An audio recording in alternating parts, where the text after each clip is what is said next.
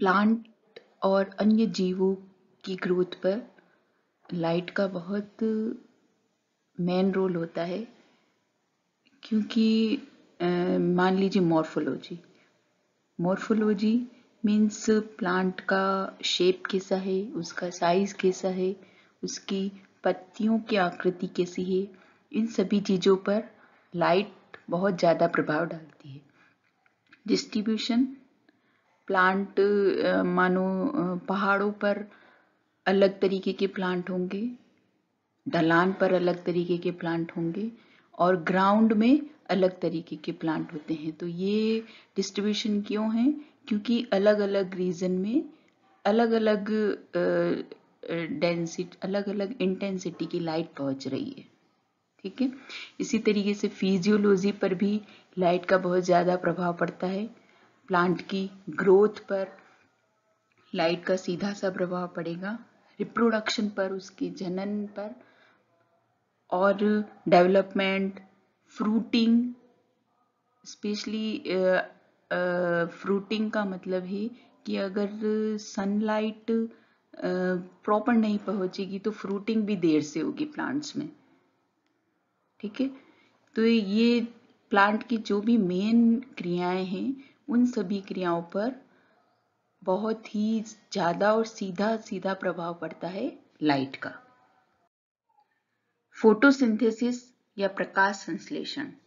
Plants are the only organism that produces its own food, so plants get their energy directly from the sun. तो आप सब जानते हैं कि plants ही ऐसे ऑर्गेनिज्म हैं इस अर्थ पर जो कि अपना भोजन स्वयं बना सकते हैं और जो दूसरे एनिमल्स हैं वो उसी भोजन पर निर्भर रहते हैं। Light energy is captured by the chlorophyll. Plants में प्रकाश संश्लेषण की क्रिया होती है और ये प्रकाश संश्लेषण की क्रिया किस कारण होती है? क्योंकि प्लांट में फोटोसिंथेटिक पिगमेंट पाए जाते हैं जो कि इस लाइट एनर्जी को ट्रैप कर सकते हैं और वो इस लाइट एनर्जी को ट्रैप करके ट्रांसफर करके क्या करते हैं, उसको केमिकल एनर्जी में चेंज कर देते हैं और कार्बोहाइड्रेट जैसे कि ग्लूकोज का निर्माण करते हैं, जो कि उस ग्लूकोज को वो प्लांट भी यूज करते हैं और वो जो स्टोर्ड एनर्जी है वही एनर्जी फूड वेब के द्वारा दूसरे एनिमल्स तक पहुंचती है और ऐसे ही फूड चेन बनती है। तो फूड चेन का जो फर्स्ट प्रोड्यूसर है वो क्या हो गया? प्लांट्स हो गया। The solar radiation is trapped in photosynthetic pigments. तो सन से जो भी रेडिएशन आ रही है वो फोटोसिंथेटिक पिगमेंट्स या प्रकाश संश्लेषी वर्णकों से ट्रैप हो जाती है। और फोटोसिंथेटिक पिगमेंट्स क्या है? Chlorophyll A, chlorophyll B, carotenoids, xanthophyll, फाइकोबिलेंस।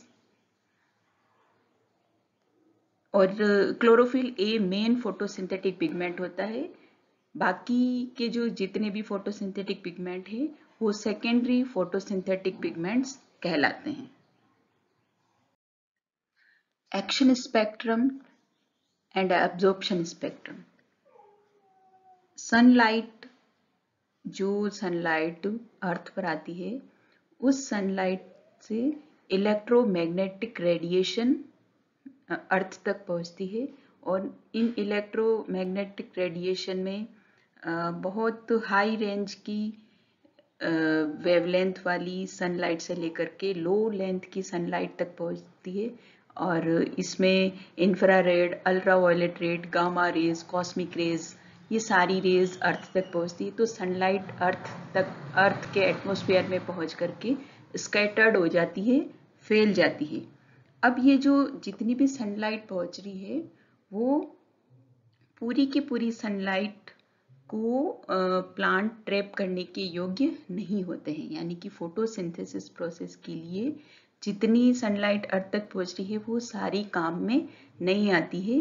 केवल विजिबल रेंज की जो लाइट है वो लाइट ही सन से जो लाइट आ रही है वो लाइट ही प्लांट ट्रैप कर सकते हैं और ये स्पान होता है 380 to 700 नैनोमीटर। इट मीन्स जो तरंग दैर्घ्य 380 नैनोमीटर से लेकर के लगभग 700 नैनोमीटर तक की होगी, वही लाइट प्लांट एब्जॉर्व कर सकते हैं केमिकल एनर्जी को चेंज करने के लिए। और बाकी की जो सनलाइट होगी वो प्लांट के लिए यूजफुल नहीं होती है। फोटोसिंथेसिस का जो प्रोसेस होता है वो विजिबल लाइट यानी कि जो विजिबल लाइट है, जो दृश्य प्रकाश है, उसमें भी एक जैसा नहीं होता है।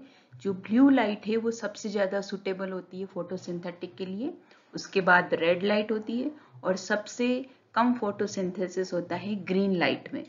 तो जो प्लांट्स ग्रीन लाइट है वो प्लांट्स ग्रीन लाइट को रिफ्लेक्ट कर देते हैं, इसीलिए प्लांट्स का कलर हमें ग्रीन दिखाई देता है।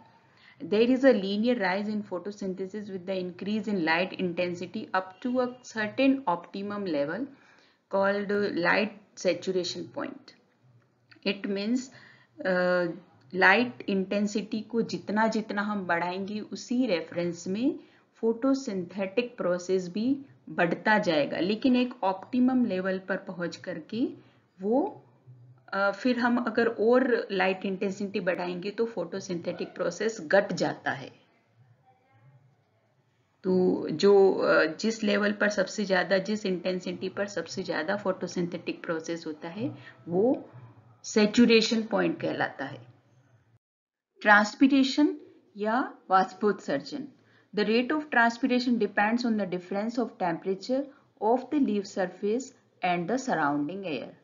इट मीन्स वाष्पोत्सर्जन की क्रिया पर लीफ सरफेस का टेम्परेचर क्या है और उस लीफ के सराउंडिंग एयर का टेम्परेचर क्या है, इस पर बहुत ज़्यादा transpiration, rate of transpiration depend करती है। और rate of surrounding temperature, surrounding air का टेम्परेचर और लीफ सरफेस के टेम्परेचर पर भी सनलाइट का सीधा सीधा प्रभाव पड़ता है। ठीक है। High light intensities also promote rapid transpiration because light stimulate the opening of guard cells and increase the permeability of the plasma membrane. High light intensity पर, उच्च तरंग दैर्घ्य पर क्या होगा, रेट ऑफ ट्रांसपिरेशन जो है वो बढ़ जाती है। क्यों? क्योंकि हाई लाइट पर क्या होगा, गार्ड सेल की ओपनिंग जो होती है वो इंक्रीज हो जाएगी और बढ़ जाती है, और उसके इंक्रीज होने से प्लाज्मा मेम्ब्रेन की परमिएबिलिटी बढ़ जाती है, जिससे कि ज़्यादा वाटर वो अपने अंदर खींचेगी, जिससे गार्ड सेल फूल करके टर्जिड हो जाएगी।